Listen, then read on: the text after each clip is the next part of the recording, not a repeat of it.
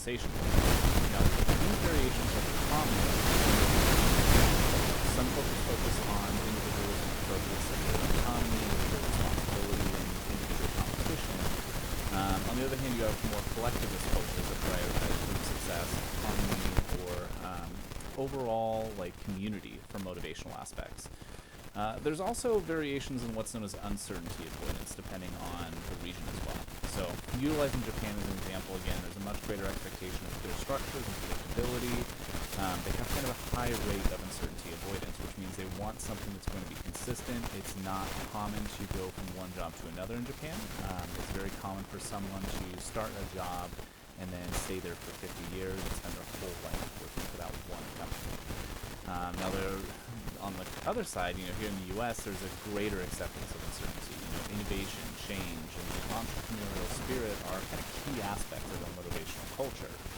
The U.S. is also different in the sense that we're more geared towards short-term, immediate rewards as opposed to long-term rewards. Culturally, we kind of focus on quick recognition and immediate gratification. Like I said, job swapping is more acceptable in our culture as opposed to some others.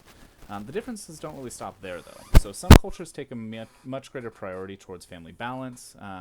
Overtime might be commonplace here, but in many Western cultures, but is frowned upon in France, for example. There are some Latin cultures that see overtime as an insult even. Do you think my time with my family can be bought? Would be kind of close to the mindset in those cultural settings. Because of this, some countries like Argentina even limit the maximum amount of overtime to 3 hours per day, 30 per month, or 200 per year, which is definitely quite a difference from what's allowed here in the U.S. Now, these complexities make managing multicultural teams a lot more challenging, as employee expectations may vary. Most individuals also do not belong to just one culture. Someone may be, let's say, British born and raised, their family is from a Latin background or Hispanic background, and now they live in the U.S. Due to immigrating and essentially taking a job opportunity here, and they may subscribe to some beliefs that are in line with more Latin Hispanic culture. They may subscribe to more British beliefs where they were grown and raised, and they may now even subscribe to some U.S. beliefs due to social pressures. This really enforces the value of building relationships to understand what people really hope to get out of any social exchange, whether it's personal or business related.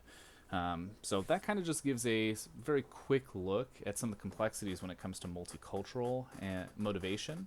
Thank you once again for viewing, and I hope you have an awesome rest of your day.